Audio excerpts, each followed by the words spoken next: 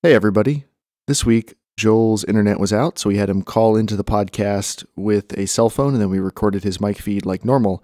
Unfortunately, James' computer crashed close to the end and lost his mic feed, so we had to use the backup feed, which had Joel's cell phone in it. So I had to cut his mic feed in and try to cut around his cell phone feed, if any of that makes sense. So it's going to sound a little bit different than normal. The audio quality is not quite what we normally prefer, but hopefully the podcast is still fun and enjoyable and you guys like it. And we're sorry about the technical issues. Hopefully they'll be a lot better next week.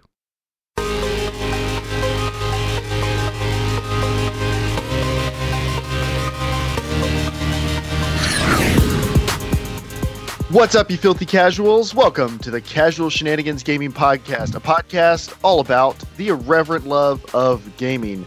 I am one of your hosts, Jeremiah, and tonight I am joined by the Witcher lore master, Dave. Oh, I accept this title and all the honor it bestows. It has none. The oldest and the sexiest voice, James. What's up? And Joel. Hello. Joel is calling us from a no internet Comcastless dungeon tonight. Joel, what's the how many days till Dark Souls 3? My laptop's downstairs, but I believe from my memory, I think it's like 17 days. All right, that seems low. Doesn't it come out the 12th? Yeah. I'm so glad it's coming after our vacation. Yeah. Okay, so like 21 days or something.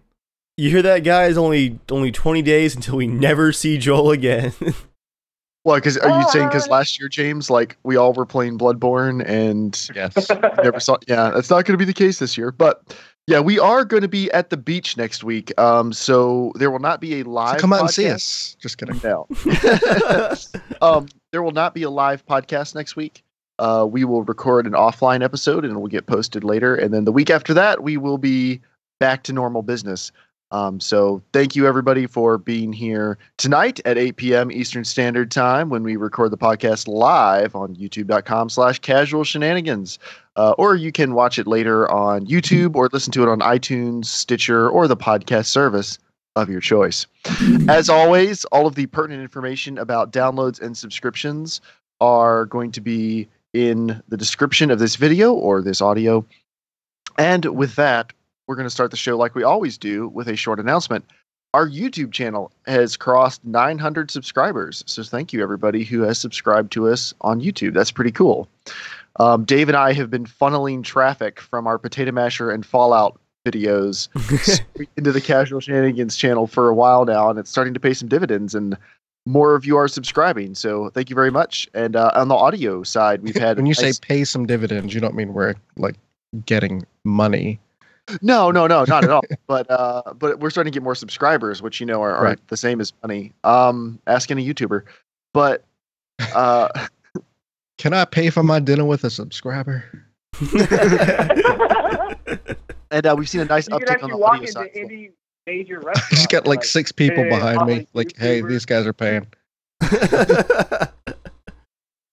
I think if you were a female on YouTube, that might be a possibility. You could just have them buy you gift cards or something. But as a mid-30s man, sorry, but probably no. Mid-30s, man. Oh, my. What is mid-30s inaccurate? It's okay to be optimistic. He just got really, really quiet. I didn't mean that to be an insult, James. He's young at heart. Shut up, old Joel. There it is. You're old at heart, Joel. Joel's old and back this week. Oh yeah, Joel, why don't you bring everyone up to speed on what happened to you? It's funny. Yeah. It's hilarious. I walked up steps and I hurt my back. Really Joel, badly. On Don't Friday, you I go was for just like, runs? yeah, I go. Yeah, I go for runs. I do. You never crazy actually workouts hurt and yourself stuff. seriously while running, right? No, I haven't. I jumped up like three stairs. And And I I don't know Oh, if there's I an just- interesting tidbit that we had. Wait. You weren't walking upstairs then. Well, I mean, like, it was slow. I wasn't running. I think I skipped over 3 steps or 2 steps. How did you slowly? Were you going up or down? I was going up. I don't think you could slowly skip up 3 steps at a time. I don't know. Come over. I don't remember exactly. I'm just thinking like I walked up slowly. I just remember getting to the top of the steps and immediately going, what the crap? Well, at any rate, crap! I'm walking like an ogre and I hurt my back. Why? Hope you recover very quickly, and we're very sorry for your lots. Thanks. All right. Anyway, enough of that sentimental crap. Let's get to the main topic and start the arguing. So tonight we want to talk about obsolescence in tech, and we'll probably have a better name on the podcast when it goes live. I hope we do. Gosh. Yeah. I mean, suggestions. We'll edit that out later too. No, we don't. Like your mouth will be moving and it'll say a different title. I'm not going to do that. I'm going to leave it just as it is. But we're gonna talk about the rapid rate at which electronics become obsolete or don't become obsolete, but people tell you they're obsolete. And this may have gotten kicked off a little earlier this week. On Monday, Apple had a press conference, and I believe it was Tim Cook who did this, their CEO. He made a little joke about how a large amount of people are still using Macs that are over 5 years old.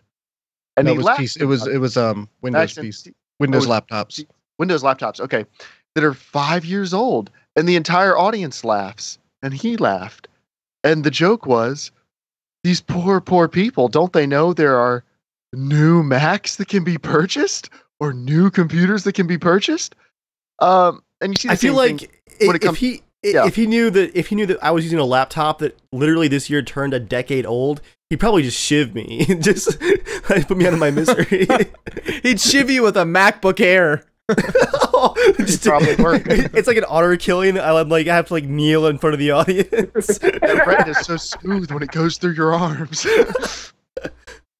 But sorry, go ahead. It's not just Apple. I pick on Apple a lot, but it's not just Apple. The implication when any new cell phone releases is remember that phone that changed your life last year with that amazing display and that super amazing battery and all those new apps and this updated operating system?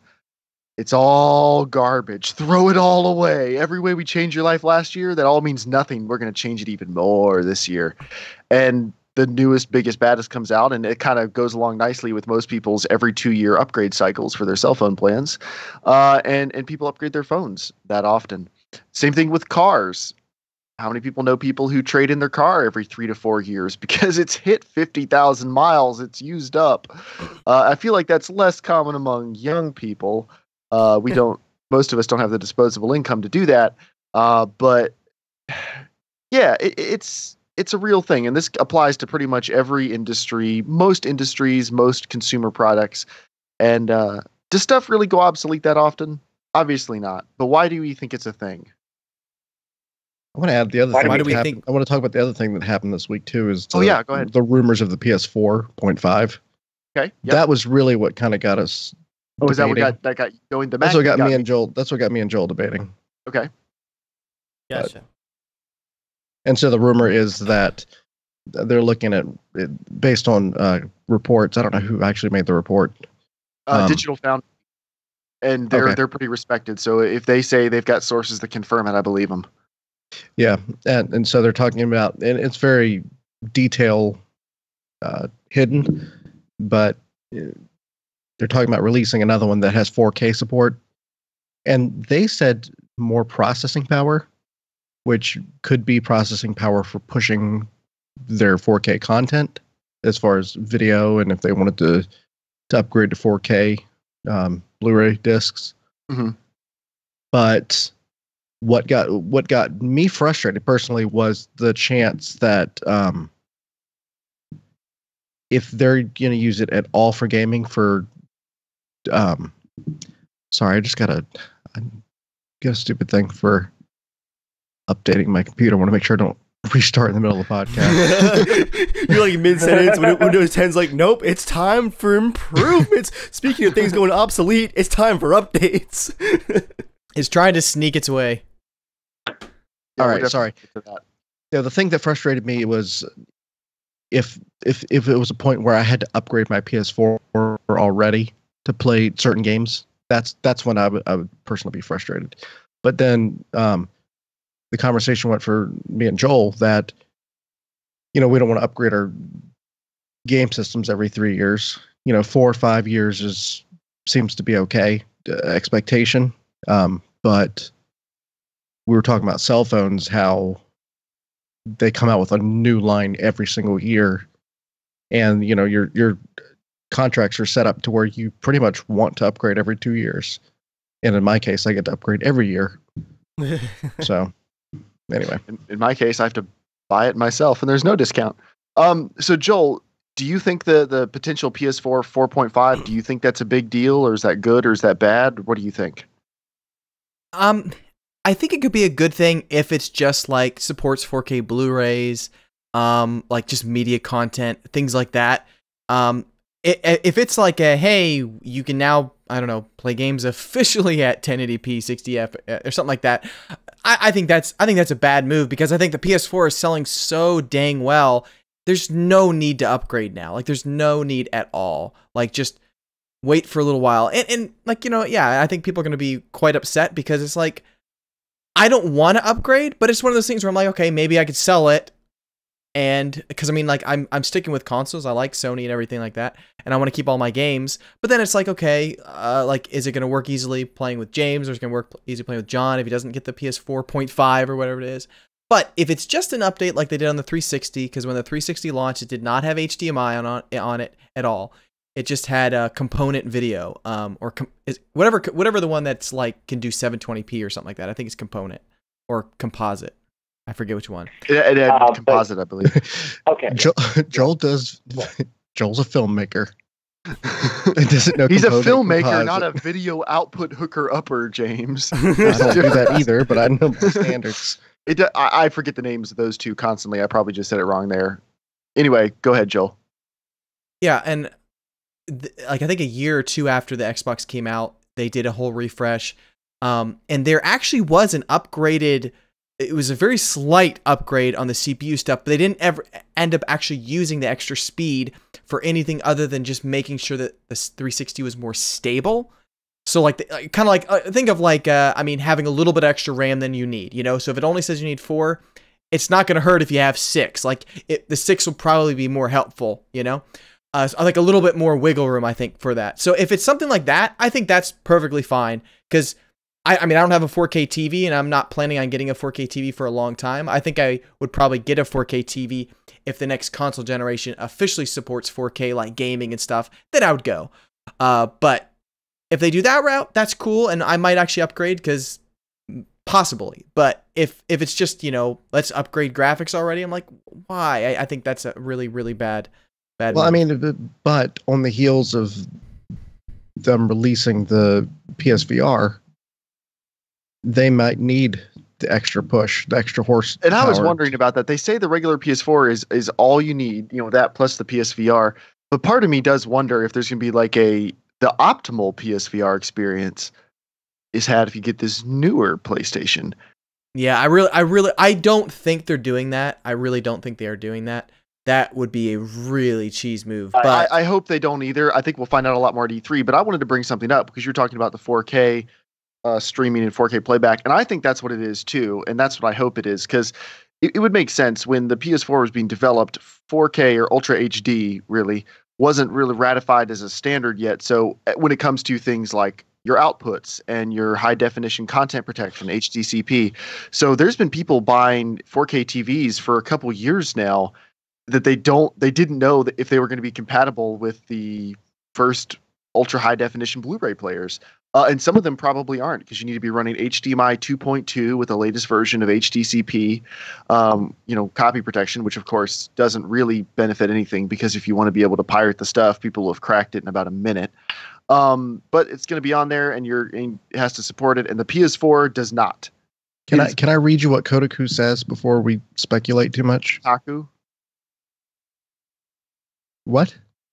Kotaku? I'm sorry, you're telling me how to pronounce something? It's not the worst pronounced. It is not Kotaku. It is not Kotaku. It's Kotaku. But anyway, moving on.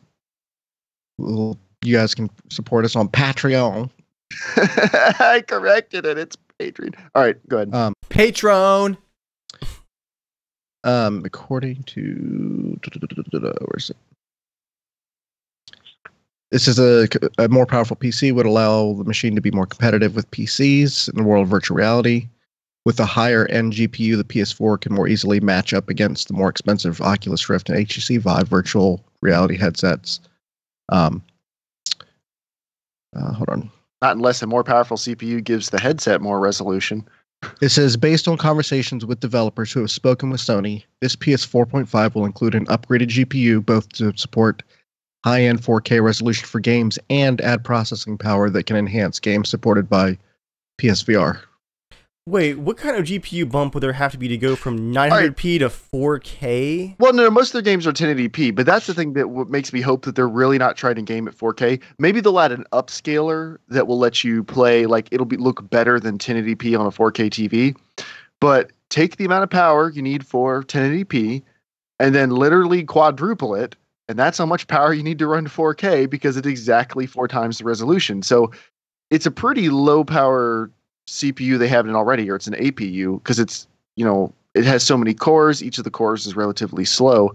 If they did even just a 10 or 15% bump, I see it being more useful if they had a little extra power that would upscale games so they look a little better on a 4K TV than they would otherwise, and smooths out some of the stability issues that other PS4 games have. I think that makes perfect sense, because honestly, if they put this thing in just a slightly bigger case and put slightly better fans in it, which they've already updated the fans once in the PS4, they did a silent update, on a hardware level and updated the fans. But if they just did that again, you could easily add a little more clock speed to that processor and add more processing power. Like, it's not like they even need a new APU. They just need that one to go a little faster.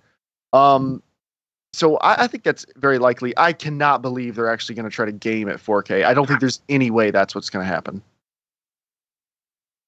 Just as somebody who games at 4K, like, the size of the box it'll be bigger than an Xbox One. There's just no way. There's no shortcut you can take, especially with an APU, to game at 4K. It requires so much more power. I don't think there's any way they're going to do that. I don't know if it's too early to do E3 predictions, but I'm assuming we're going to find out more at E3, and I would make all my predictions it's not going to be gaming at native 4K. Yeah, I think unless the 4K their meaning is like playing really cartoony looking games, you know what I mean? Mobile games at 4K. Yeah. Like, I'm with Jeremiah. I don't think at all. No way it's going to be 4K gaming. Not yet. Not this soon. But to circle back around to our topic, Joel, you're okay with the idea of buying a slightly faster one for the reasons we just talked about. You don't really mind that, right? For like a Blu-ray, like 4K Blu-ray stuff. Yeah. Yeah, I mean, like, I don't think I would, because I don't have a 4K TV. But if I did have one, I don't think that would be bad, because it's just kind of like, I mean, the 360 they put an internal Wi-Fi adapter in it. I had an Xbox that had an external one that I bought separately, a little USB dongle thing, and I wasn't like, oh no, the Xbox put a, I was like, okay, I don't mind having it all in one, right? So I think that's fine, because that's not really, you're not really taking anything away from anyone, and the games are going to be the same and all that stuff, but I think it's if they start kind of pulling away, saying, "Hey, well, here's the, you can have slightly upgraded graphics on that." It's like, I think that's not going to work well. Now, is there a limitation right now, with the HDMI standard built in for doing 4K? I believe it's only HDMI 2.0. I think. Yeah. So I don't think the problem is not outputting 4K resolution. I believe the problem is the HDCP for ultra high definition Blu-rays. That's the problem. And the disk drive, I don't believe can read ultra high definition Blu-rays. A regular Blu-ray drive can't read ultra high definition. Right now, it can play 4K media. It can play 4K media, not at 60 hertz. I believe it's only 30 hertz or 24 hertz. So it can actually it can play, yeah, but that's I think that's about it. So I think it is a hardware issue where they couldn't, it's not that they can't display 4K resolution, because a phone could display it in theory. Like, the resolution's not the issue, besides the power you need to run it. The issue is on the hardware level, you need a port that can support it. You need your HDCP has to support it. Your cables have to support it. There's a lot of things that have to all be kind of working together there. And the PS4 was just developed, they're developing it the entire time the PS3 is on the market. And they probably had to make some guesses about what would what they would need to do to hit their price point and to provide features that would be compelling for years to come. And maybe they guessed a little bit wrong. It happens. I mean, it's not really the end of the world. So there's always been slimline versions, or at least for the past couple generations, there have been slimline improved versions of consoles. So I'm sure there will be at some point. And if that's what this is, then that's fine. Yeah, I mean, if that's what that is, if it's just for media content, I'm okay with that. If it's just for improving upscaling, that's fine. But if they, to me, and again, I'm a consumer.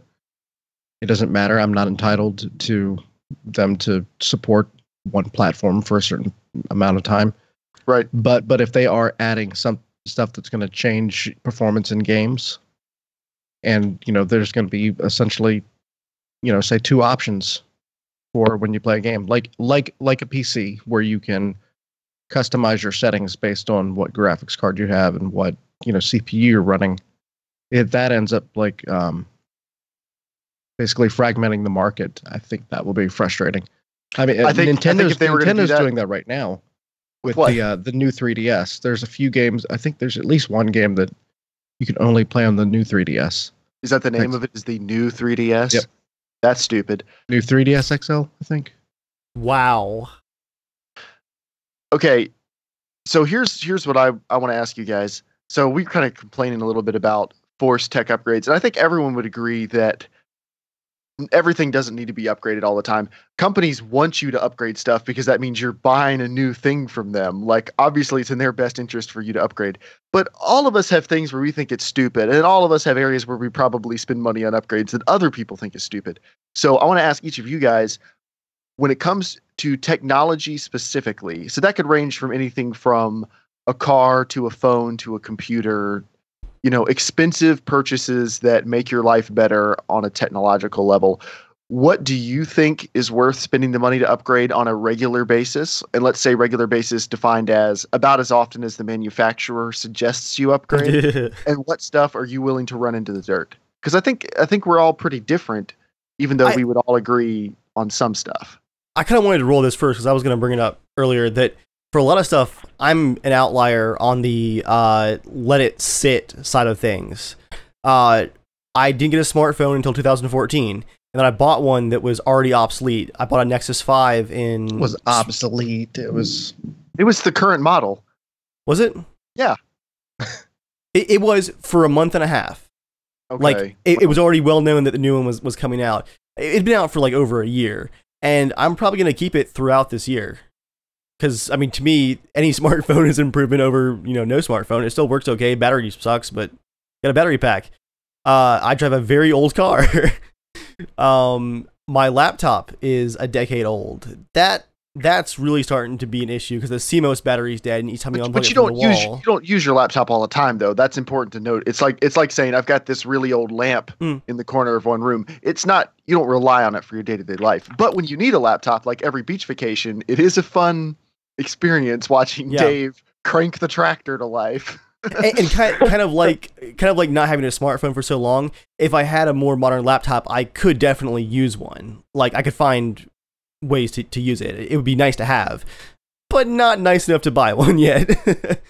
Trying to think of a few other things. Obviously, when it comes to PC components, it's work and games. So I put a lot of effort and money into the PC for sure, because it needs to be. I need the RAM, and I kind of need the GPU. So let me challenge you. I'm going to challenge some of the stuff you said. Okay.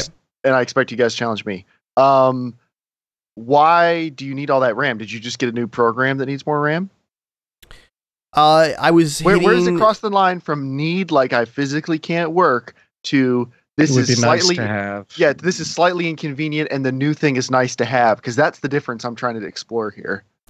The RAM was somewhere in between. It would be nice to have, and I actually need it, and it's Joel's fault. Working on stuff for Norman, After Effects and Cinema, having them both open at the same time was chewing through RAM. I was getting some, mouse cursor chug, and it gets to a point where if I'm going to be spending hours working on this stuff, it's not an enjoyable working experience. It's a little bit frustrating. So I added the RAM to smooth out the workflow. So in that case, it was kind of needed. Now, the 980 Ti, that that's something that more of like that would be nice to have. Like I could have made do with a 970 or just the 980, but it's been very nice to have. All right, and then we challenge you on the car thing. Now, yes, to be fair, you don't really care about cars on an enthusiast level that much, so you're less compelled to buy a new car because of new car stuff. But here's what Honda would probably say about your really old Civic. Yes. Its crash test ratings are much, much lower than a new Civic. It only has front airbags. It doesn't have stability control. It can't auto brake. It doesn't have radar. Wait. When did you just said front? Is there back airbags? There's side airbags. So I didn't know if it was like the back seat had airbags in cars now. It's like, what? They do actually. My grandparents' Yukon has airbags in the backs of the front seats, I believe. At least has them in the sides of the front seats. But like our Mazda has airbags in the sides of the seats, the A pillars, which are the front pillars by the windshield, and in the steering wheel. So that's becoming more common now. But so it's not that you are missing out on fancy new car features, because the new Civic is, it's a little bit faster. The seats probably aren't that much more comfortable. It's not like a dream on the highway, most likely. But from a safety perspective, do you feel like you're really missing out, or do you feel like they've come up with a bunch of features to sell you on the idea of a newer vehicle?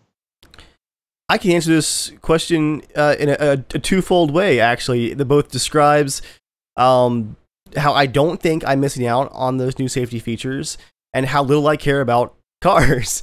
To me, a car is an appliance like a toaster. If it gets me from point A to point B, I mean, I would like to have a nicer car, but it's so low down on the list. Like, I've been driving a 2001 Honda Civic since 2008, and to me that was a new car at the time, and I care so little about it. I've just kind of this year, thanks to you, kind of realized, wow, I have a really old car. It's just kind of clicking. Well, you realize thanks to me, because I keep bringing up, like, we ought to start maintaining it. I mean, maybe replace a few things. Because if you don't maintain the toaster, you're not going to find yourself in a ditch bleeding out. Oh, okay, well, I have 0 to 100 real quick. I have never gone and like let severe things lax. When I was leaking coolant, I got it fixed. That's debatable. Again, it depends on how much you care about cars. Because you are driving an Accord that has mismatched lug nuts right now. Doesn't affect the performance or the safety. They haven't fallen off. But anyway, okay, back to my original point for the Civic. Like a year and a half after I got it, a bunch of the glue came loose in the fabric on the cabin, and it's all drooping now, and it drives me crazy. If you sit in the back of my car, it sucks because the fabric is like against your head. It sucks. But it's more of a cosmetic thing. It's not a safety issue. It's been like that for 6 years now. Because it's going to be hundreds of dollars to fix, and it's just so low on the list. Going back to the idea of if it just gets me come up with a DIY solution at least. I've you're just actually not going to fix it, then my uncle's a mechanic. I went to him. We talked it over. The long story was, or the short version of the long story was, there's no short way to do it because you have to get the adhesive out from up there. Otherwise, whatever you do to it, it'll just fail in a few months. Like there's no long-term way of doing it other than just ripping it out and redoing it correctly. But to make my main point, in 2013, I was rear-ended, a fender bender, very light rear end, dented the bumper or whatnot. After months of fighting with the insurance, I got a quote for like $600 to replace, like, it was like the Honda logo on the back had to be replaced because it was cracked, and like repair the wrinkles in the bumper and whatnot. And I looked at the check and I was like, it's a used car. There's no structural damage. I bought a graphics card with the money. I was just like, I do not care. I do not care about this car. I'm gonna run it into the ground. I'm gonna change the oil. If it keeps running, there are more fluids in a car than oil. Sorry. How's that radiator doing? Well, good now. It's new. Yeah. Now the radiator one, that was just more of my ignorance. It took me a long time to figure out what the exact issue was. But once I realized what it was, I fixed it immediately. Now, when it comes to upgrades, I'm going to use cars as an analogy, but bridge it over to Windows. Windows 10 came out. A lot of people have upgraded. Microsoft would very much like you to upgrade. But Debbie is typing in our Google Notes. She says, not cars or tech episodes. No. So, Microsoft wants you to upgrade. Yeah. But you guys who have upgraded to Windows 10 are feeling a little pain because there are some rough edges to Windows 10 that have not quite been worked out yet. And what does everybody say about Windows 7? Oh, it's so good. It's so stable. Oh, it's so nice. So old. So now it is old, but why upgrade? Eventually, Microsoft will stop supporting it. They added a good amount of features in Windows 10. They did. That does make it worth it. But I mean, to me, this driver issue is a fluke. It probably is, but a lot of people are irritated with certain interface changes or with their incessant nagging, stuff like that. So, from my perspective, unless if I didn't have a high DPI display, like if I didn't need the high resolution support, I'd still be on Windows 7 because until Microsoft stops supporting it, it's stable. So I don't care if it's old, it's stable. Now I'll bring that back to cars. Lexus is the most reliable automaker in the world. The reason Lexus is Lexus does not innovate. Lexuses are nice Toyotas. So when Toyota or Lexus gets an engine that works really well, they use it for generation after generation. When they get an HVAC system that works well, they reuse it and reuse it and reuse it. And each year they just do tiny little refinements. They never go, hey, entirely new navigation system, and then next year we'll do another new one. They don't do that. They make tiny, small, incremental changes, and their cars, by and large, are incredibly reliable. Now, Mercedes and BMW are features. They love features. They've got their cars now can park themselves, can parallel park, will drive a little bit for you. You just have to touch the wheel every once in a while features. They do all that kind of stuff. Their reliability is notoriously low. The reason being, they are pushing kind of the edges of what's possible, but what's possible is not really what's best for the consumer if you want to keep something for a while. So the reason Toyotas have their reputation for being really boring is because that's their goal, is stability, stuff that will last a really long time, and stuff that's not going to have too many pain points. And I feel like it's the same way with tech. So the problem with being an early adopter is you buy the first broken version, which we've all done. But James, which stuff, when it comes to tech, which stuff do you pay money for and which stuff do you cheap out on? Well, as far as my PC, I don't care if I have the latest processor. Okay. I mean, I'm a few generations behind on that. It's doing fine. I just upgraded my graphics card to a 970, which is, it was at the point where it was a necessity. But if it was something that I could have gotten away with, of the last generation, I mean, I technically could, but that's not something I upgrade that often.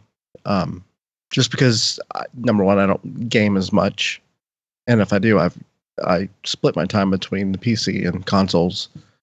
Even though you upgraded, you waited until you had like a little bit of tax refund money. You waited a long time. You got a sale price, right? Like it was, and you were still playing every game along with us. Yeah, right. It was low on the list. You never had to skip a game because you couldn't run it. So yeah. Now something like a cell phone, I do upgrade often, just because that's the one device that I use probably the most. I mean, it's with me everywhere I go.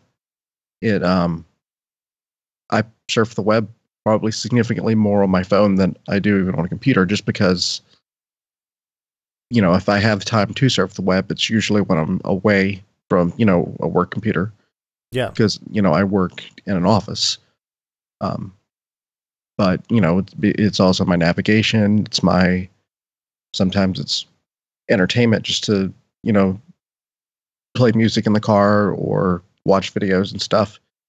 So I don't feel bad upgrading often with that, just because, like my latest upgrade, I just went to an S7, a Galaxy S7. Oh, wow. You upgraded again? Yeah. Okay. I loved my LG G2. It was fantastic. For some reason, the LG G3 just did not perform well. The battery life just sucked. And I was switching out batteries a couple times a day. And it had so many quirks, like the headphone jack, you'd like if you're using it in the car or something. Mhm. Like I was running music through the aux port, and it would it would freak out and like open up the speech to text at random. And so it had some quirks that I just literally hated. And so when I, considered upgrading to the S7, it's gotten significantly faster compared to, last generation. That wasn't a key feature. For me, it had the built-in SD card reader, which is what they went away from in the S6. Mhm. It's waterproof, which that's always a big fear of mine, is getting water on my phone. And it had, there's just to me, I've used the crap out of the finger scan. The LG didn't have that, and that's been it's completely changed how I use my phone. I want that How really he's- bad. Now, are you at all worried about the fact that you've owned a lot of phones in the past couple of years, or are you worried about the fact that you're buying new phones that are a little unproven in the wild, or how often is that an issue? I don't think it. For me, a lot of things with phones, No, I'm just not worried Mhm. because they've proven themselves to be even better usually with each Okay. Do you feel like success. it's usually good enough, like the benefits outweigh the cons? I mean, for this phone, I have used Samsung Sanctuary in the Pay castle.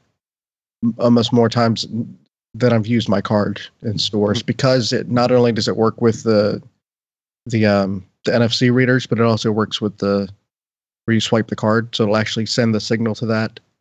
And so even ones that don't support a different pay system, it'll still pay. So that's been a little bit of a, kind of a life changer. Joel, what about you? Can you ask the question one more time again? What are you playing, Joel? What stuff do you upgrade on a regular basis? What are you willing to pay the money for to upgrade Oh, okay. pretty quickly? And what do you not care about and you'll just use it till it's dead?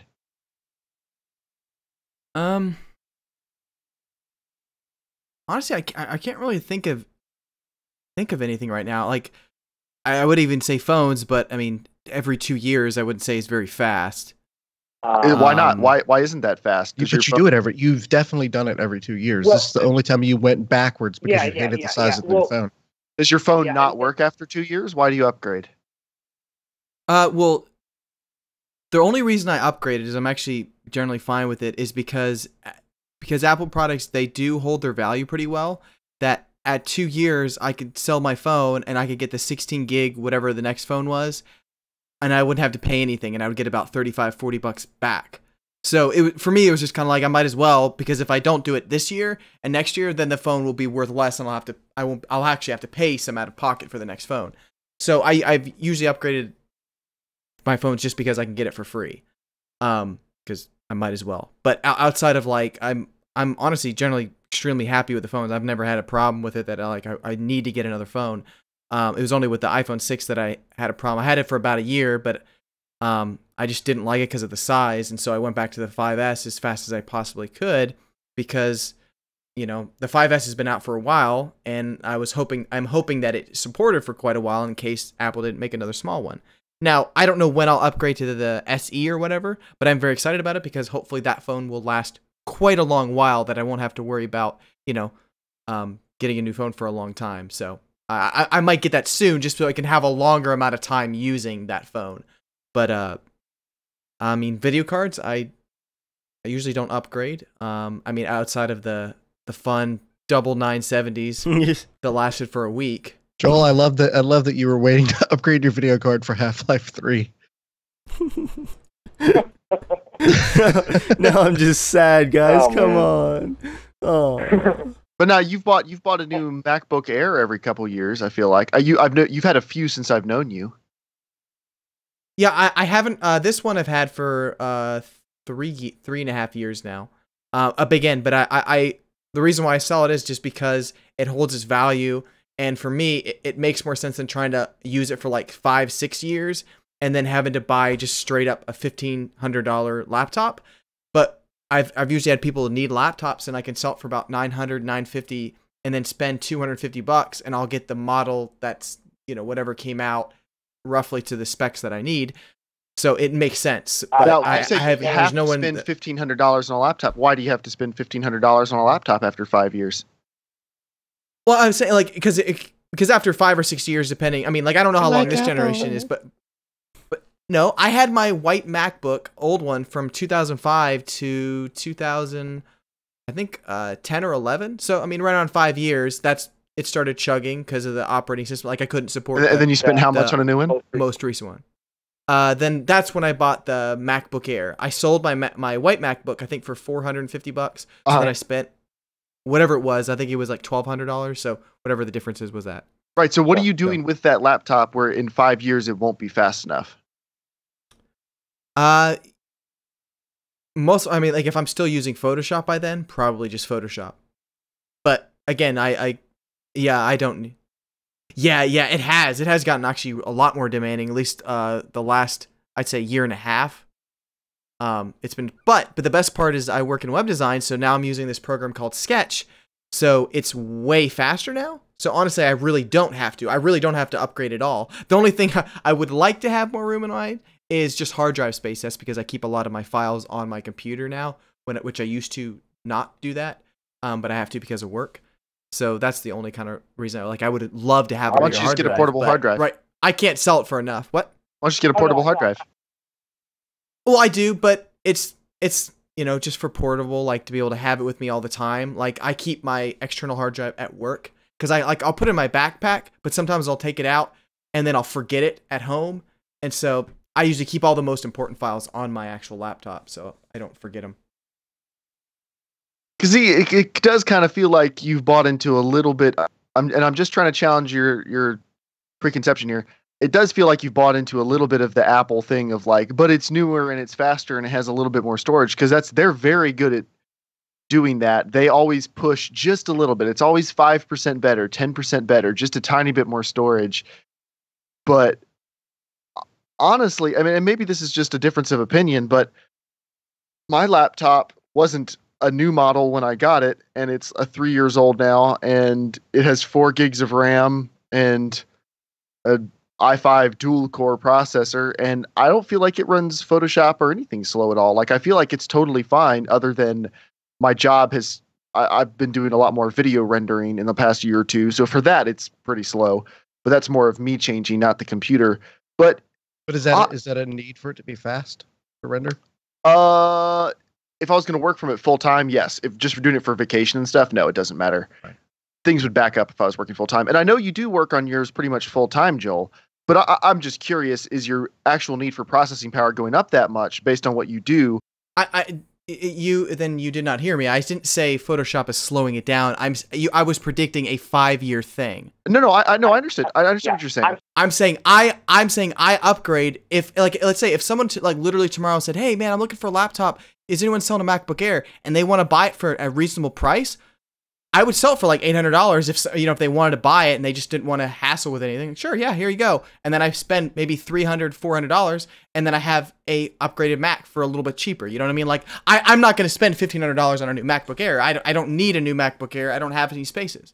But you're willing to spend money to upgrade it when you don't need to because you can do it for less money. You know, you can do it for an affordable amount of money or something. You're willing to spend a little extra than the average person to stay closer to the cutting edge. Would you say that's accurate?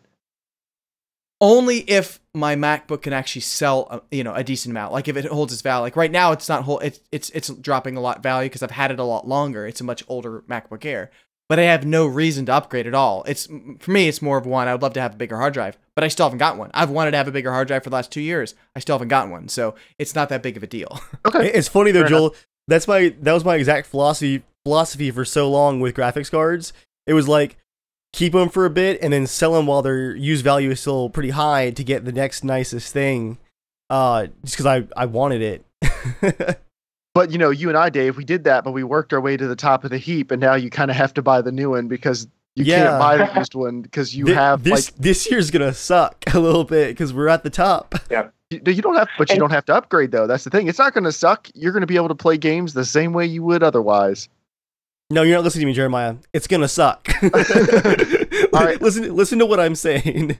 I guess I'll go last real quick here. I like buying stuff used and then flipping it continuously until I find the one thing I really like, and then I'll keep that till it breaks. For instance, I went through tons of different pairs of headphones. I've owned so many different pairs of headphones in the past 5 or 6 years. Almost all of them were bought used and sold for 80 to 90% of the price after using them for a while. Some of them were sold for more than I paid for them. Until I got to Bear Dynamics, and Bear Dynamics just work so perfectly for me, and I love them. So I've had 2 different pairs of Bear Dynamics, but like I've hit those are my headphones now. Like I'm set on that. I have no desire to move on to anything else from that. Where for a while I was spending lots of money flipping them continuously to like looking for the perfect one. In the same way, like with my boots, once I hit upon my Red Wings, I was like, oh, this is perfect. Like I'm set on these for the next 15, 20 years. I don't care. Now, when it comes to things like memory, I definitely upgraded, not because I absolutely had to, but my computer slowed down just enough times where I was like, if I had more RAM, it wouldn't have slowed down right then. And it happened a half dozen times in like a month period. Mhm. And honestly, it's one of those things where like, I can afford it. I'm not going to pretend like this is the financially best decision. Like I'm not losing money every second my computer slows down a little bit like that. Like I'm not that busy. I don't think any of us are really that busy for something that small. But I had the money, and it removes a tiny little distraction, and it future-proofs me a little bit. So I was like, sure, why not? Oh, and there's a not quick note on the RAM too. Like the final nail in the coffin for me was I looked and they weren't selling my sticks anymore. I had to buy it from a third party to get the same matching sticks. Did you think about that too? Did you buy the same I bought set the for exact yours? same one. I just went Gotcha. on my Newegg account and just looked up the old order and then just added them to the cart again. Yeah, mine weren't available anymore, so I was like, I should. Yeah, Mr. I Enthusiast should chipset. probably... We've talked about this before. So Dave, to be on the cutting edge, he bought the last generation, but the Enthusiast chipset. And I was talking to him a couple of weeks ago. I think Dave has had many more problems than necessary because he's had the higher end hyper-threaded hexacore. Like it was the bleeding edge at one point. And the bleeding edge, I think it's called the bleeding edge probably for a reason. Because it hurts a little bit. It's hurt you a little bit. And I've been more on the consumer chipsets, which haven't been quite as fast, but I really don't have most of the issues you've had with chipset related things. But honestly, I'm going to come down more on the pessimistic side, which I know probably really shocks you guys. I think most of the time I upgrade just because I want to. And I don't think I need There's nothing wrong with that. Well, there's not necessarily anything wrong with it, but does it mean that like I've bought into the marketing hype around something and I'm feeling like I need to have it because it's a little bit better in some way? Like I enjoy getting it, but does it really make my life that much better? Or is it just kind of a fleeting, oh, well, I got that and that was nice and now I'm moving on to something else? Because there's always something else. I can always think of something else I'd like to buy. But honestly, I think like I've worked my gear up to the point where I don't really need anything else, but I'm still planning on this year. I'm going to sell my 980 Ti and get whatever the next one is because I want the extra performance. And it, like, again, it's YouTube's probably going to pay for it. I don't really spend my YouTube money on anything. So YouTube money might pay for it at some point. But do I need to? No, I could just keep gaming on this one probably for the next 6 or 7 years. The Potato Masher is a testament to that. Its processor was from 2009 and it's totally fine. And there are people who have upgraded from that chipset, upgraded probably 3 times to stay current on games, and it's playing games totally fine. So I think we do buy into hype a lot of the time, but it's not necessarily bad, but I think we probably all spend more than we need to. And we probably all upgrade more than we need to on something. But that's, that's up to each individual person. Do you guys want to rip into me on anything? So you claim you consumerist whore. Headphone flipping. All right, yeah. Do you actually want to rip about that, or are you just curious? I mean, was that pure want to Well, the first pair was I need a pair that cuts out noise for work so I can concentrate at my desk, which I guess is a want as well because I don't need them, but I thought it would make my work environment a little better. But no, at that point it was, well, what can I get some that sound a little better? Can I get some that sound a little better than that? Can I get some that are a little more comfortable? Can I get some that do this? And is just kind of doing bigger and better and figuring out what I liked and what I didn't like. I mean, I could have stuck with the first pair I got were Grado SR60s or SR80s, and those were great. I mean, I could have stuck with those. And I think headphones are one of those things too, where unlike graphics cards, where like, here's the top to bottom list, it is a lot of like preference. Like, how does it sound for your usages? How does it feel on your head? Like, you do kind of have to do like the Cinderella slipper thing a little bit, and find the one that fits just right. And it is one of those things, if you don't really care about that thing, like, you don't care about the extra sound quality, there's no real reason to get a nicer pair. I do. So it was really a matter of figuring out, like, what dollar amount do I care, and working my way up until it was like, well, I really like these, but the next jump up, I don't think I care that much. But that care is based on taste. It's not based on. It's not based on work necessity. Absolutely. Or, I mean, I've gotten some work benefit out of them for mastering audio and stuff, but it's not like I couldn't have done it with cheaper headphones or cheaper speakers. But it makes it a little easier. But it's not like I wouldn't be making any money doing that. It's not a roadblock. It's just it's not a roadblock. It's an assistance. Yeah, it's just a little grease. But no, that's definitely a want. That's a luxury item by any definition. Now, I do want to bring up the 4K thing. Because you bought your 4K monitor, and then you were immediately shopping for another 4K monitor, like a couple months later. Well, no, yes and no. So I bought the 4K monitor for photo editing, because it made a massive difference for that. For gaming, I was totally happy with 1080p. Now I'm totally happy with 4K for gaming. But I was totally happy with 1080p. I was shopping for a bigger one because they announced 40-inch 4K monitors, and I like big screens. So I've gotten very close a couple times. I've gotten very close a couple times, but I've never pulled the trigger because I do know it is totally a want, and it will not enhance my productivity at all. But for me, there's always that pull in the back of my head, like, you could be doing this, but on a screen that's twice as big. And that's how I've ended up with an 100. You could sit across the room and edit. Yeah, I could, but Recliner. That's not a thing that I'm ever seriously considering.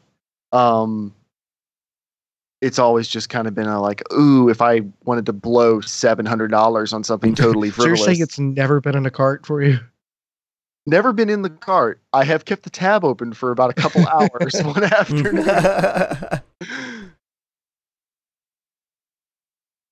You want to rip into me about anything else, or you want to move on? I'm good. I feel like James feels like he wants to. We can't see Joel's face, so he could be like writing a list right now, and we just can't see it. Joel's probably playing. Throwing darts. All right, it's now time for the news. News time! All right, so Drive Club was a troublesome launch for Evolution Studios. Their previous game was MotorStorm Apocalypse, I believe, and they had to delay that because of a tsunami that happened in the world, and they felt like that'd be in poor taste. So that's bad luck, not their fault. The game was pretty good. But then Drive Club came out and had a disastrous PS Plus launch. The game was delayed about a year, and then the PlayStation Plus version, which was supposed to be the only version originally, was delayed for months past that, and the game had all kinds of issues. And yeah, it just kind of felt like it was bad luck at first, and then they kind of flubbed the launch. And it's been assumed for a while that they probably were not long for this world. And it is official. Evolution Studios is being closed down by Sony. They said they're going to take some of their people and reallocate them to different projects. But the studio itself is dissolved. They were responsible for MotorStorm and then Drive Club. So hopefully those people are able to find new jobs quickly. A lot of them have said they're going to try to stay together and start something new, maybe something smaller and more indie. So best of luck to them. They made some really good games, and it kind of sucks that things haven't worked out for them. Is the invitation from Sony for them to help them find jobs? They said where possible, we will reallocate them to other projects, meaning like if we were about to hire 50 animators for this game, we'll just about to hire a bunch of Lionhead Studios people. we'll push them back and let you come in, or are they gonna? Well, I mean, they were a first-party studio, so who knows? They might get some preferential treatment, but it's not like they're totally absorbing them into another studio. They are dissolving the studio. Yeah, I'd imagine, too, that if you stuck around, you've got a good chance, at least for maybe a year or so, getting stuck with some crappy like mobile ports or something like that. If they're gonna like officially say we're gonna try to keep you, that probably means you might get stuck with something kind of sucky. Yeah. Dave, what do you got for us? So, Joel, you hate YouTube, right? Just in general. Yeah. Yeah, that's what I thought. Here's a headline for you, Joel, from PC Gamer. That's correct, Judge. Yes, Your Honor. Headline is, gamers trust specialist media more than YouTubers and advertising. And this I found really interesting because of the popularity of YouTube and Twitch. At the same time as all of these new mediums are so extremely popular, the data still says that people trust traditional media, magazines, larger websites like games journalists more than the public. But at the same time, or more than YouTube and Twitch content producers. At the same time, though, they still have a trust rating of 71%. That's not a low number. It's just that compared to... It's like 70% more than Congress. Yeah, the two main numbers, and these are numbers from the UK, it's 83% trust specialist media, like traditional reviewers and magazines, so it's 83%, and then 71% for YouTube.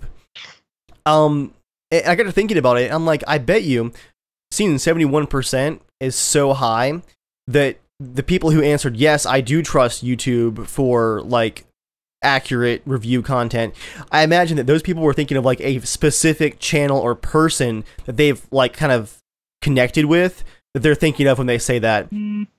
I would bet that the other 30%, it's a lot of like the content just shows up there first. They don't trust it. It's just like a first look kind of scenario, where it's just there first. So you just take a look, but don't really get anything out of it besides a first look. What I think YouTube is a lot like brochures handed out at colleges, you know, where you're like, oh yes, this concert's coming up, toss in the garbage. It's like and then you find out from the actual official website. There's a lot of really high quality content on YouTube. The problem is most of the stuff that gets promoted and shows up in the organic algorithms is the quick hit stuff. It's the clickbait. Yeah. It's the, but not necessarily always in a bad way. It's the easily digestible stuff. So it's easier. It's the porn of the YouTube. That's what it is. No, not really. Not necessarily. It's the easily shareable, fun little moments, or the more quickly entertaining stuff. It's not the super in-depth content, because that is really only good to people who really, really, really want that thing. For people who are just kind of interested in games, they might watch funny videos about a lot of different types of games or casual Let's Plays or something. But they probably have people they go to for very in-depth reviews and very in-depth analysis. But it makes sense that more people are going to want to share this 30-second video of a funny thing happening in GTA than are going to share this hour-long thing where Dave just Witcher lore video. Yeah, where Dave talks about how The Witcher 3 is the best experience he's had as a person on Earth. So it makes sense why people share the first one more. It's easier to get into. See, I'm more inclined to look at stuff on like they come up on a Facebook feed than to get lost in other people's content on YouTube. Now, if I'm looking specifically for something and then click related videos, that's different to me. But, you know, seeing just the regular YouTubers doesn't do anything for me. Like, I go to YouTube for very specific content. And Gotcha. it doesn't have to necessarily be I'm looking for a documentary. But if I'm looking for a clip from a show, or if I'm looking for, you know, like a debate or, you know, some kind of, you know, explainer video or something, that's what I go there for. Rarely do I ever go there for the personalities, although I will go to YouTube before I even go to IGN to watch a review, because it's just significantly faster to find the IGN review on YouTube than it is their website. And the video player on YouTube is good, as opposed to the IGN video player, which the shutters. You guys don't have the article open, right? No. Don't.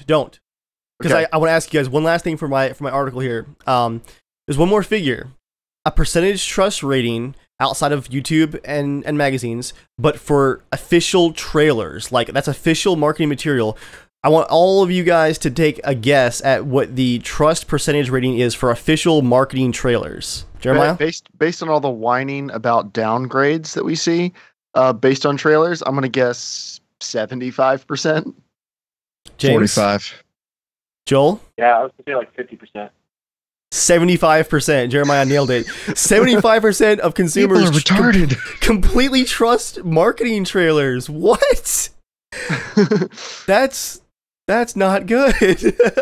A marketing trailer is just somebody popping a VHS in and recording the game for a couple minutes, Dave. It's not like it's carefully sculpted to only show the best angles of every single little thing. It's not like there's hundreds of millions of dollars on the line for this game to sell well, you know. The only thing a trailer does for me is it helps. I mean, if it's a game I'm looking forward to, it gets me, hyped. Mm-hmm. Otherwise, if it's if I'm surfing through Steam or PSN and I see it, that I just see if there's enough there for me to then go and actually look at more content from somebody else. Yeah. To see if it would even come close to being something I'd be interested in. Yeah. Because I've seen games that look really interesting in the trailers and then go to watch the footage. I'm just like, this is just not my kind of game. Mm-hmm. Because it's not this deceptive, magical. Yeah. People are stupid. I just found all those stats to be really, really interesting, and I'll end the article here. This is a fantastic comment over on PC Gamer on the article that says, "You trust us, source us." Next news item: Uncharted 4 has 10 times the playable space of past entries in the series. So there's a making of videos for Uncharted 4, A Thief's End, that are out, and Naughty Dog has released one called Pushing Technical Boundaries, and they've talked about how the power of the PlayStation 4 lets the game be bigger, denser, and more detailed than any of the previous games, which makes sense. Most games on a new platform are. But there's about 10 times the explorable space compared to past entries, which honestly concerns me a little bit. They even said that there are a lot more choices available for the players, and they're struggling to find a way to make the story just as intense as past entries. They say they've done a really good job. Of course, we'll see when the game comes out. But that concerns me because Uncharted games have always been a very, very, very focused experience. It's like a Call of Duty campaign. You're seeing exactly the things they want you to see, and you're experiencing things exactly the way they want you to experience them because they've made a really compelling experience. And while I don't doubt that the game's going to be good, just like old Metal Gear Solid games. Maybe that's more like watching a movie and then they let you walk to the next movie. Well, yeah, true, but it's been very linear in the past until 4. Anyway, keep going. I thought 4 was pretty good. 5. Sorry, 5. I guess 4 it was linear, but I guess it was about as linear as previous entries. But 5, that's where I feel like it kind of just went off the rails and there was no focus. That's what could scare me about Uncharted 4. It could be Metal Gear Solid 5, where you have these things you need to do, but they do give you a little too much freedom. Yeah. Joel, talk to us about Dark Souls 3. It's just a little simple thing, but do you even have any news, or just wanted to mention the game? I just wanted to mention the fact that there was an article saying that this guy who's played hundreds of hours of Dark Souls 1, 2, Bloodborne, Demon Souls, he was just saying that yes, Dark Souls 3 is damn hard, and so I'm like, yes.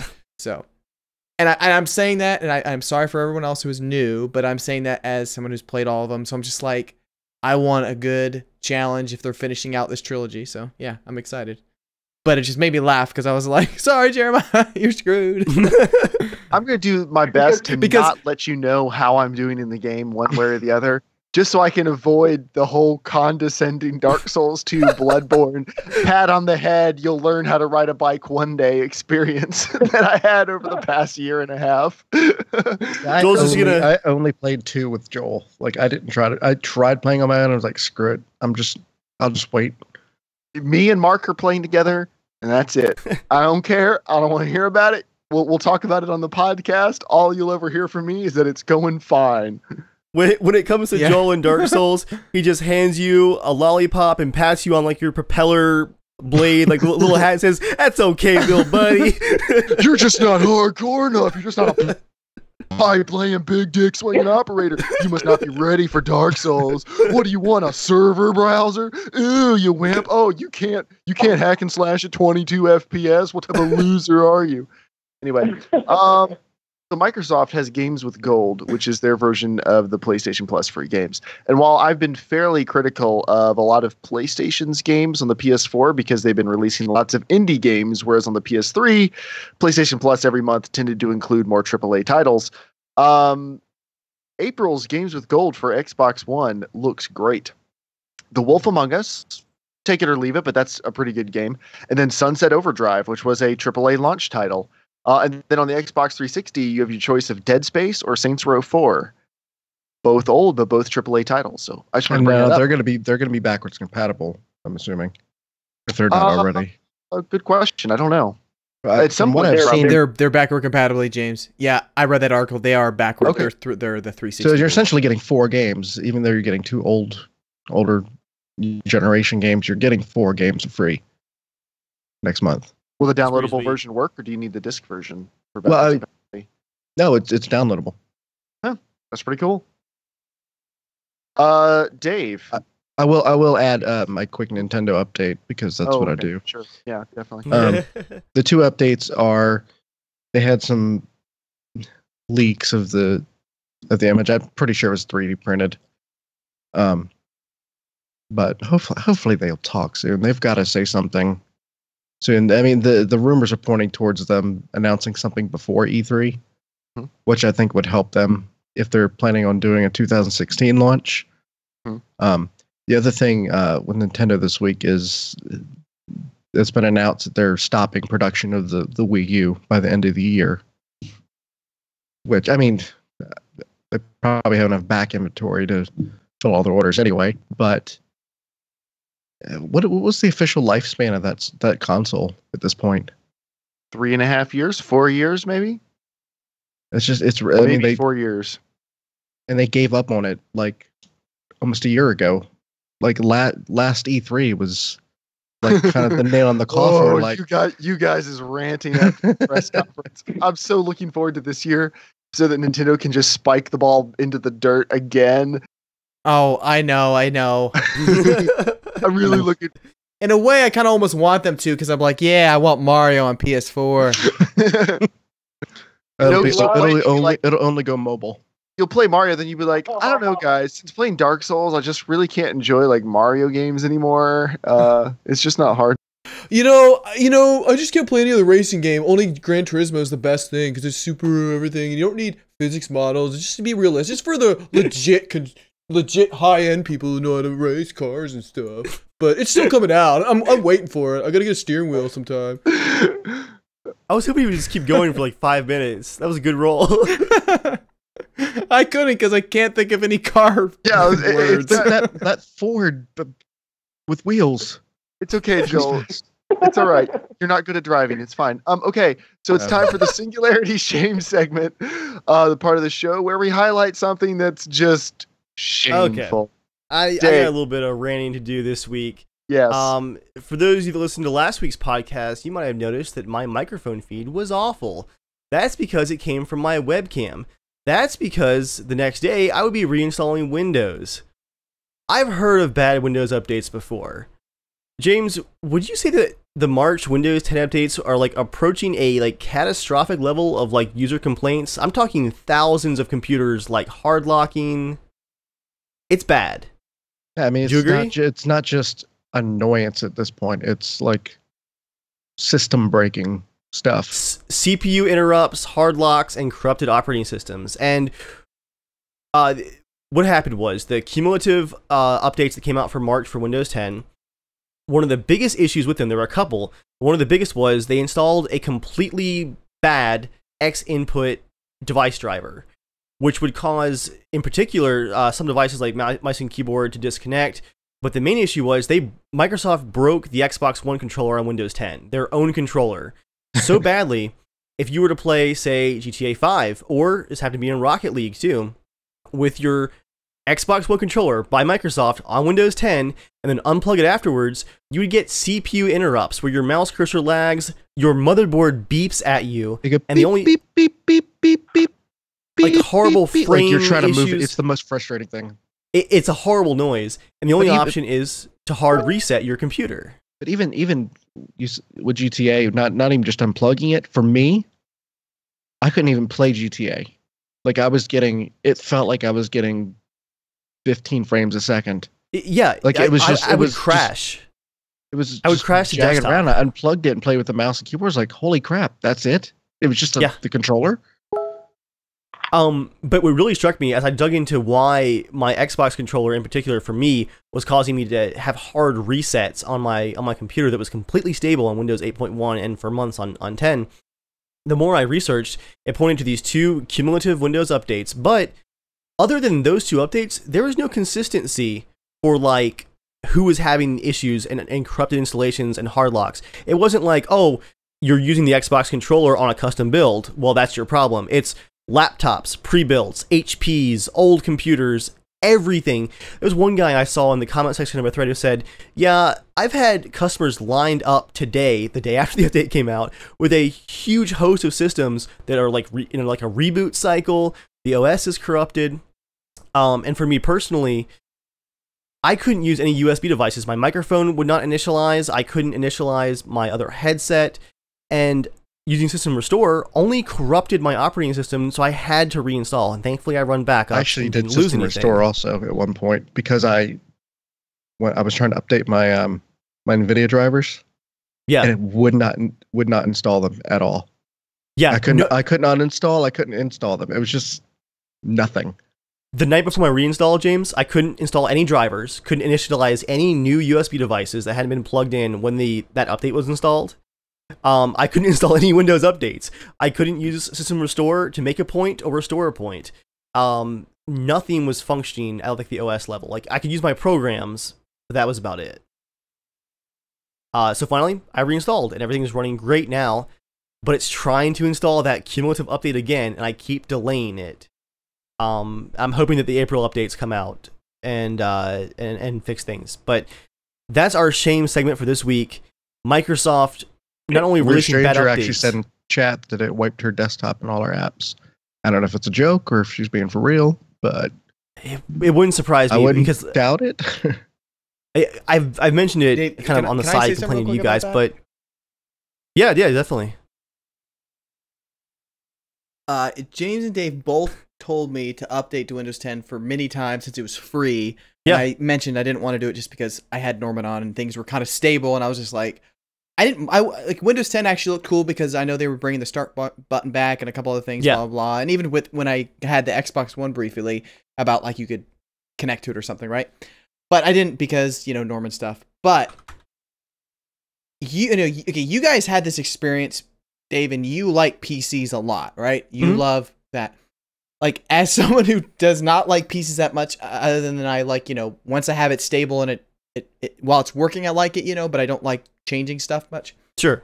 I could not imagine going through that right now, Dave. Like, I quadruple the amount of frustration you're going through right now. I would like want to throw my PC out the window. Dude, literally.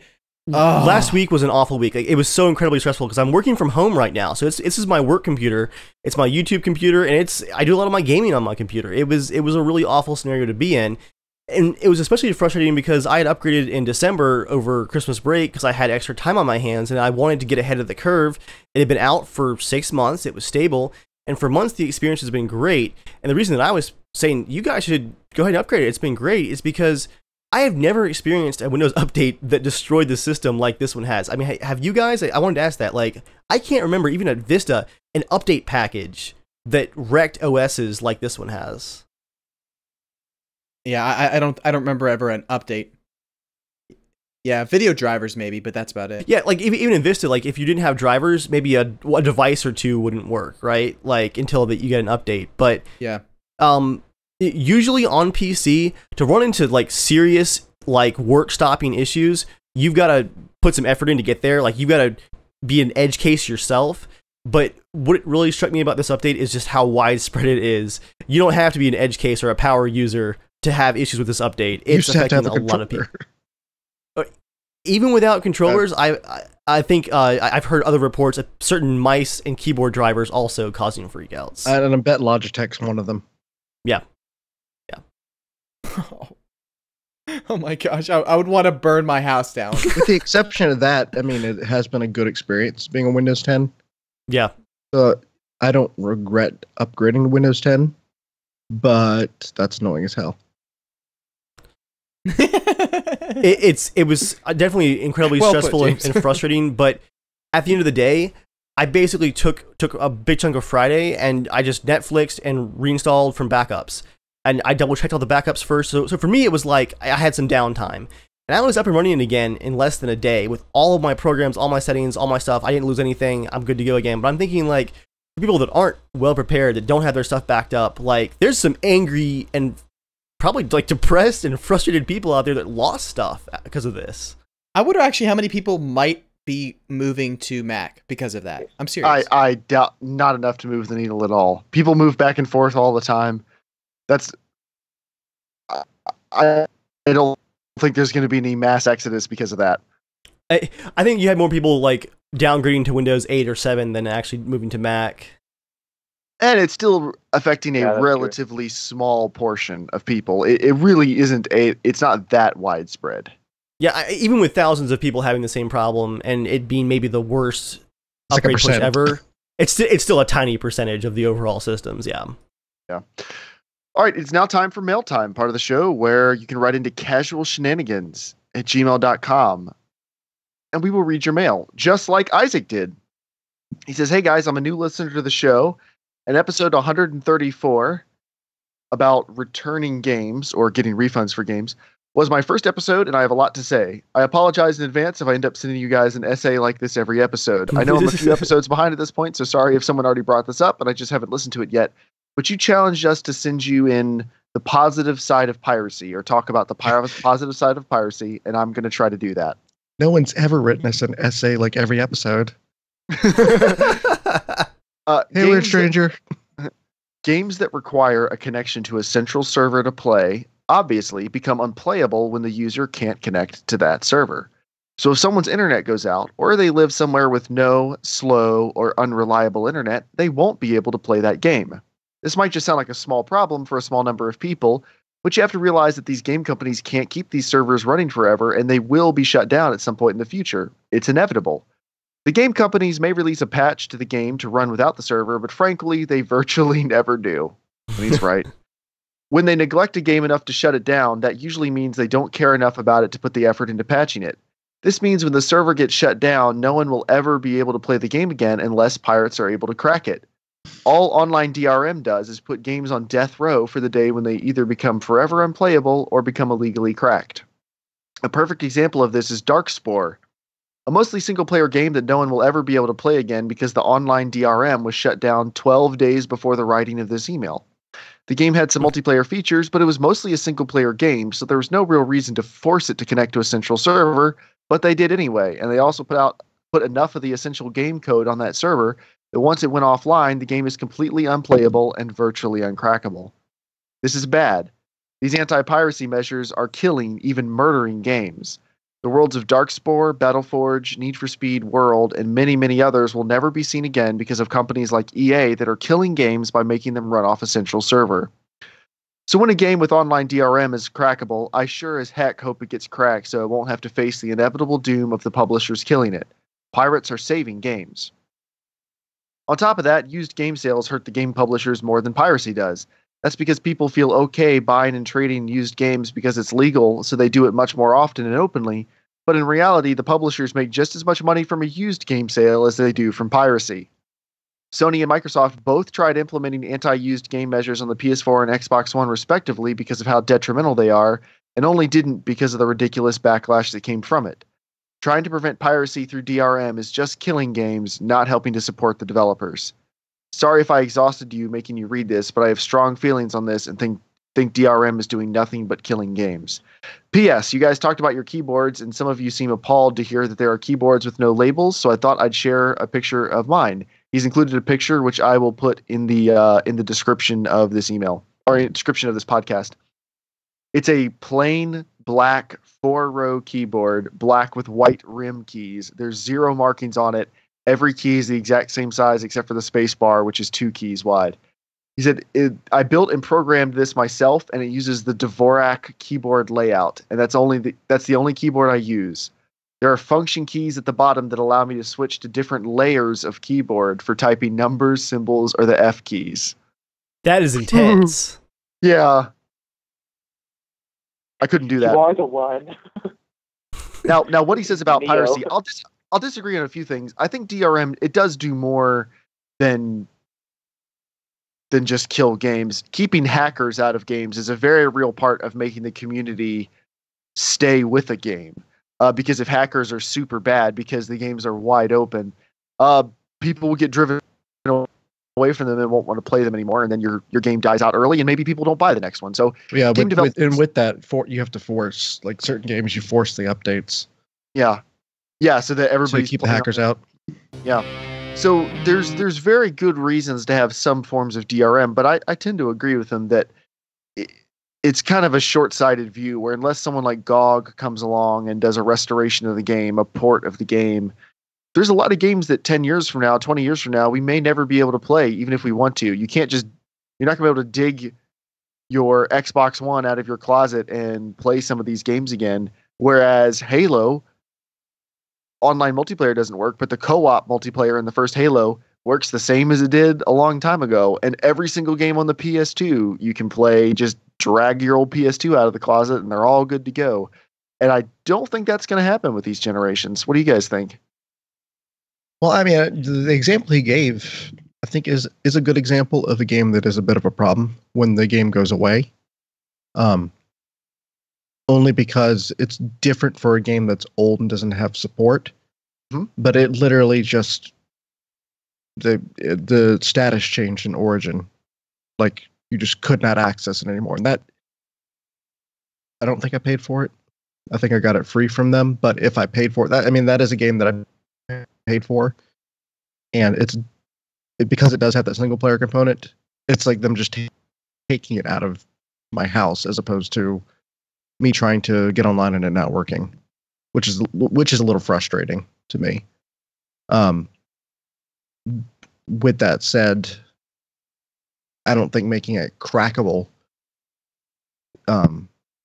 when it still has life to it from the manufacturer, I don't think that's a good thing. But after they're supporting it, I don't have as much of an ethical issue at that point. I wanted to ask you, he said that DRM really doesn't do anything. Is that a claim he made, I think, right? Does it really do much, like, for the developers and the publishers? It had mostly to do with murdering. I think that would have like more true maybe 5 years ago when DRM was just like an overarching package that came with the game and it would get cracked really fast. But recently, I mean, we've seen hacker groups that have given up because the purpose of the publisher isn't to create this magic shield to protect their digital product anymore because they know it's not possible. Their goal is to hold the line for a few weeks and let those initial sales get out the door. And as Steam has shown, if there's no cracked version available and there's a marketplace that works well and they're having a hard time getting into the game, I mean, people will definitely go for the actual sale versus the pirated version. So I think more modern DRM that's less intrusive and knows its limitations, where it's not trying to secure the game forever from everything, but just to protect those early sales, I think it is actually really helping the publishers and the developers. The one point he did make that I found interesting was the buying used does as much for the developer as buying a crack, or not buying a crack game. Just that was a really interesting point. And I agree, because they don't see that money.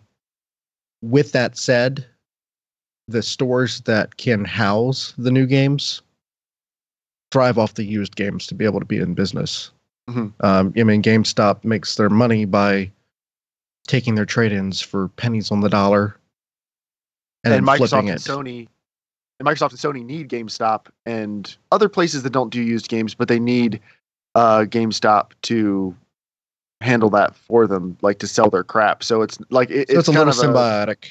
even Yeah, though it yeah, doesn't yeah. help the developers if they don't have a place to sell their games, at least for consoles. And we're talking about PCs, then there's not really a used game market for that.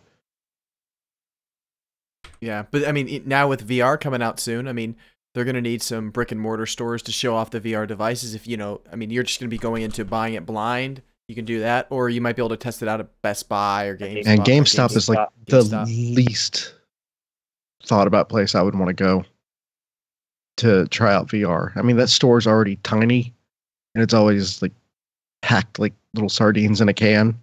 I can't imagine putting on a helmet and like being deprived of all the surroundings with all those nasty people coming in there. Best Buy, I could see Best Buy like allocating like an entire area where it's like roped off or something, like they've done with their their Microsoft area or their Samsung area or whatever. Yeah. But GameStop, oof.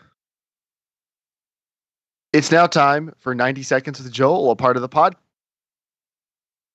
He talks about whatever for as long as he wants. Go ahead, Joel. Well, I made specific little things for you guys, little would you rathers that I think are pretty good. But I had a story that we delayed from last year. I mean, from last week. Gosh, internet is still not back here. I'm really pissed. But okay, it starts off kind of crass, but it just bear with me. So because Dave doesn't work with me anymore, he works from home, and John and Debbie, they work somewhere else. So I'm just usually on my own now at work. And I was taking a walk outside, and as you do, I ate some Mexican food, so and naturally, you're gonna be playing the old fifer. What did you just say? I mean, I can't understand. Flute. Wait, flute. No, wait, the piper is the person playing the flute, right? I got that. This is even better over the Shut up. horribly distorted Skype telephone call. Like it's like trying to decipher a secret message. It's just at the end of the day, it's just crass. Well, anyways, so I was walking and I might have let out some gas, but have you guys ever done this before? You're walking and each step is a toot. Come on, tell the truth. Just tell the truth. Okay. Thank you for being honest. Thank you for being honest. How much Mexican food are we talking about here? Well, as I was walking, I was just like tooting, but each step was like toot, toot, toot, and I counted 8 times, right? And I was like kind of proud of myself. What? This is going somewhere. But Buckle the up. funniest part is I'm sitting here.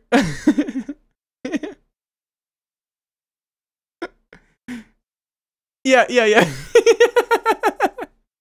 No, I wasn't around anybody. It was just by myself. But anyways, I started laughing because it was just a ridiculous scenario I was in. But then it reminded me of something of me and my brothers used to do. My older brother would always fart all the time, like so loud, right? But it's the dumbest thing and weird was that I went from farting to like remembering a really touching memory of me and my brothers, like when we were like really little. And I think it was like Christmas Eve, and I remember us sitting in bed, just can't wait for Christmas, to come. And we were just up, and I just remember all of us having literally a fart challenge, and we were just like seeing who could fart, just at fart after fart after fart. It lasted for like an hour. Yeah, it was. This is so stupid, but I know it was such a weird memory, but I was just like, I don't know, it gave me happy feelings remembering funny childhood memories with my brothers, but it was just weird that it went from farting to like having a nostalgic, like, oh, I miss hanging out with my brothers when I was younger. Farting. Alright, sorry, I just had to share that. Alright, are you guys ready for I have custom ones, okay? So Dave, this is for Dave first, okay? Dave, this is a would you rather question, alrighty? Okay. Dave, would you rather be able to play every video game on your PC on a 5K screen, running locked 120 FPS no matter the game, all ultra graphic settings, latest screaming technology available, but you aren't allowed to finish but you aren't allowed to finish the last 2 hours of the game, and you are unable to view or look up the ending, but you still have to pay for the games you play? Or you get free games for life, able to finish the games you play, but the graphics are always set to medium settings across the board and 1080p resolution for the rest of your life. That's actually an interesting one for me, because there are a lot of games that I pick up and enjoy for a bit and then drop, but because option one is like a blanket, like I never finish any games, there are some games that, like, if I couldn't finish The Witcher or I couldn't finish BioShock Infinite, like that would really suck. Like I would probably stop playing games no matter how pretty they looked at a certain point, because like the ones that I really really love, that would really suck. I'd probably go with option B, I think. Dave's at 1080p like 20 years from now. All right, Jeremiah, you were next. Yeah, what's up? Oh. So I get there one day.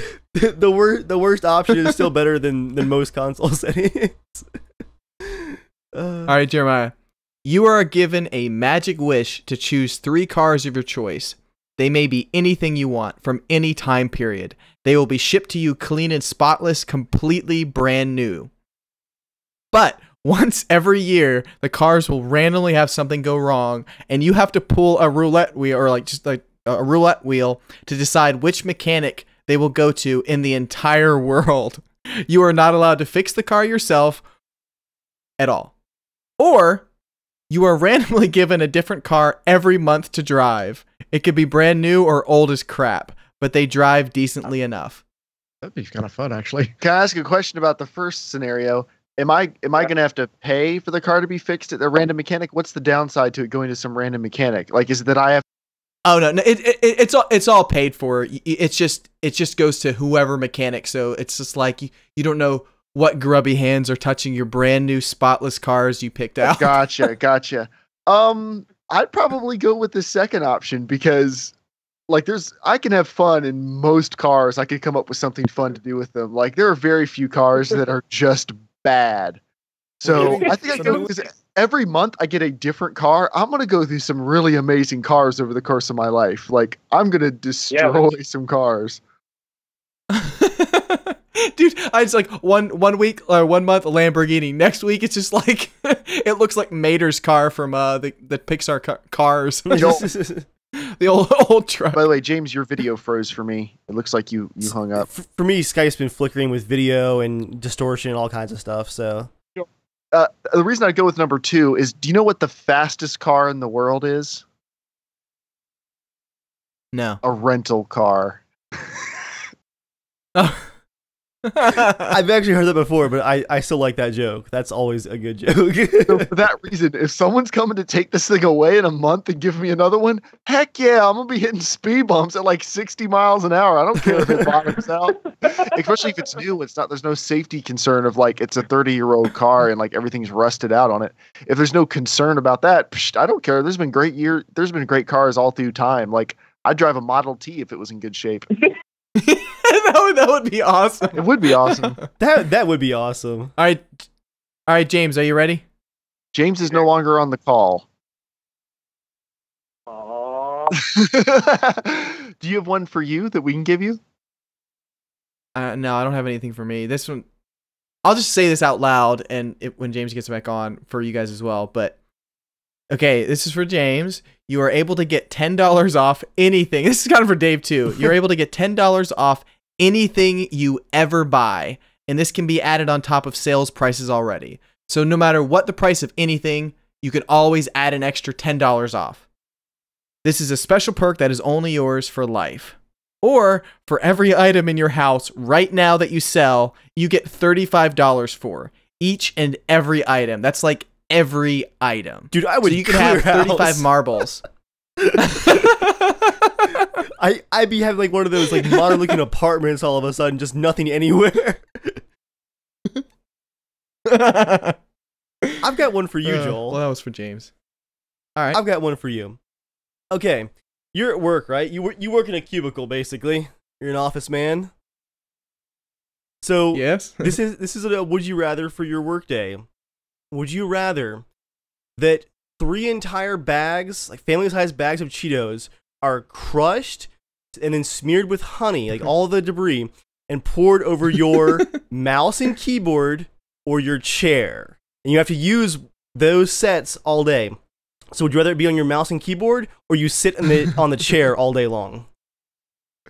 Dude, I would gladly sit in Cheetos with honey if I bet saving myself from putting it on my MacBook Air keyboard. So you definitely go for the keyboard. You wait, so like in your work clothes, you would just sit in honey and Cheeto dust all day long to avoid getting the keyboard dirty? Oh yeah. Okay. Oh yeah. How about this, Joel? You can use an external keyboard, but you still have to use it all day. Dude, I literally can't. Like, I can't eat barbecue sandwiches and getting the sauce all over my hands. I can't do it. I'll want to eat with a fork, or I'll have like just a tiny bit of sauce. But still, like, you would choose to sit in it. There's not much I wouldn't sit in to keep stuff out of my MacBook Air keyboard. My own feces. All right, well, there's our answer. Joel, I've got That's all I have, folks. okay. I've got a different one for you. Okay. Would you rather get $1 million per year, but you have to get into a street fight with a stranger at least once a week, or just continue with life as is? Dude, my dream is to get into a fight. I've told Joy this so many times. She used to work at Old Navy, and just all the idiots that worked there, and they would shop there and get away with stuff. I'm like, oh God, just let me be there one time when something happens. Let my rage out. Dude, I'd be a much more peaceful person, I think, if I was able to have let my rage out once a week. You have a pretty optimistic view of how you're going to do in these fights. I'm okay with getting beat the shit out of too, but just to be able to have that focused rage for a little bit, yeah. I'm down for that. Get some. Dude, I'd probably be ripped after 6 months doing that. I don't know if getting in fights with strangers on the street is really that reliable of a workout program. Well, no, it would force me to. I would work out a lot more, Oh, and I'd be trained. I Yeah, I I'd be straight up Tyler ripped, Durden. or if you'd have a really long hospital bill. Like, Joel, as a reminder, this week you injured yourself severely by going up a set of stairs. You might die the second week. I'll die, but I'll go out fighting. Oh, geez. All right. Well, it looks like we've lost James. Hopefully his mic feed's still running. But we're going to move on to what. I swear, if his internet goes out too. Oh my gosh. We're going to move on to what are you playing this week before we go this week. We'll do a quick round of what are you playing. I'll go first. Been playing a little bit more of the Division. Timing just hasn't worked out to group up with a bunch of other people and do it, but I very, very much want to. Actually, I might play some after the podcast tonight. If enough people are available. But I've been playing more Division. I've been playing Need for Speed on the PC because I'm playing it through Origin Access that gets 10 hours of playtime for the full game, which probably is enough time to be done with it. I like it. They've improved a lot of things over when it initially released on the PS4, and playing at 60 FPS reduces a lot of the input latency. That said, the handling is still absolute garbage. And I've also been playing a little bit of Arma. So that's about it. Dave, what about you? Weekly Arma. I need it in my body every week. Fallout, Total War, the usual staples. Battlefront DLC came out this week, and because of Joel's internet troubles, we only played an hour of it, and Joel was barely a part of that. But it was a lot of fun, and I can't wait to go back and play more. I really am still enjoying the game, so that's nice. EA is not paying me to say that because I'm playing it on the PS4. So I'm playing it to play with Joel because Star Wars. Rocket League, of course, and we played some Company of Heroes 2 PvP with Reese and Matthew. It was me and Shane versus Reese and Matthew, and it was like trench warfare style, we had a huge stalemate, and we actually called the game after like an hour and 20 minutes because no one was making any progress. There have been 2 main thrusts, and then like no one could come out ahead in the points. So 2 main thrusts, no one came out ahead. I know what I said. All right, Joel, what about you?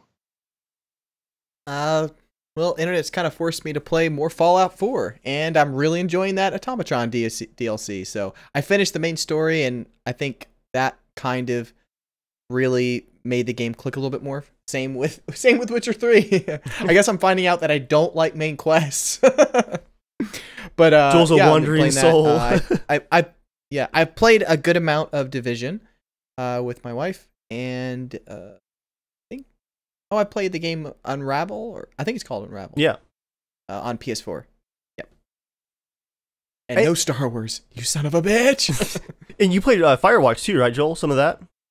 Oh, yeah, you're right. Yeah, I totally forgot. Yeah, Firewatch. I've been playing that. Joy's been watching. We love it. It's amazing, although it runs like shit on the PS4. Thankfully, the dialogue's the best part, which is independent of frame rate, right? Yeah. But it's like every other 5 seconds, like it's just like, and then it just plays again. It's just. So I hope they get a patch out. But they'll probably get a patch out by the time I beat it already, and I'm not going to play it twice. Yeah.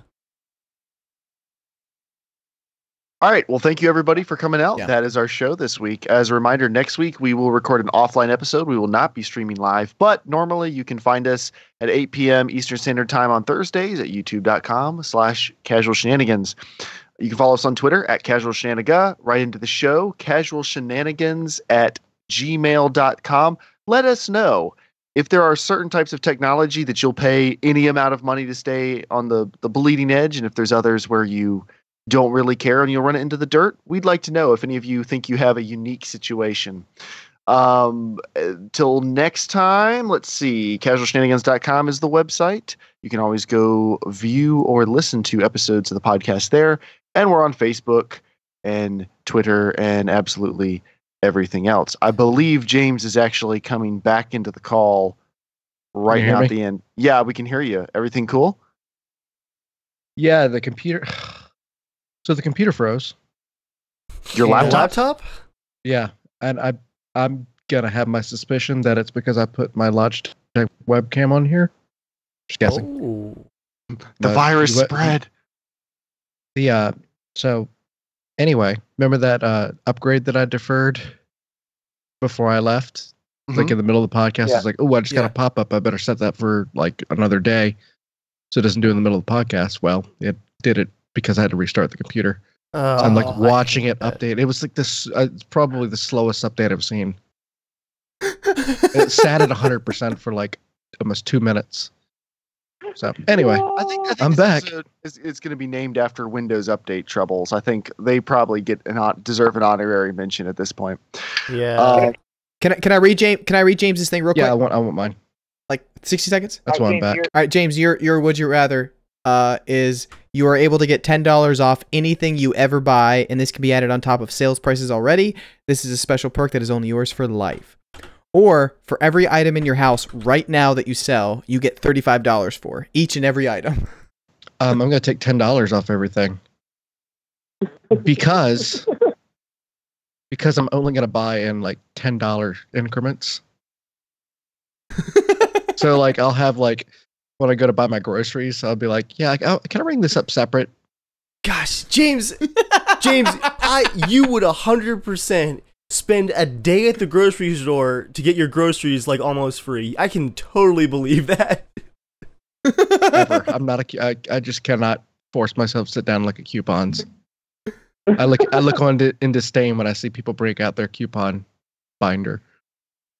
But I mean, imagine $10 off everything. I mean, if I sold everything in my house, I mean, I guess if I bought like a bag of Skittles and like sold each piece for $35, maybe that would be profitable. But oh wow. Anyway. Yeah. So before we go, James, I'm guessing we'll need to talk about your mic feed after this, huh? Yeah, I'm probably not going to be there. No. All right. Oh gosh, my Skype quality's been awful too. Yeah, this will be fun. So has Joel been recording on his computer? yeah, Joel's recording. I have, but just mine. Yeah, it looks like I'm going to have a wonderful editing job to do. But Oh. Weird Stranger in chat asked about the next Rocket League tournament. We do not have a date yet. I would plan on April or May. That's kind of up to Jill a little bit, but he's got a lot of stuff going on, so whenever he wants to head it up. But it will be a 3 versus 3 tournament, so if you need to find a third and start practicing, start doing it. But What date does Dark Souls come out again, Joel? We need to do it before that. It'll probably be after that.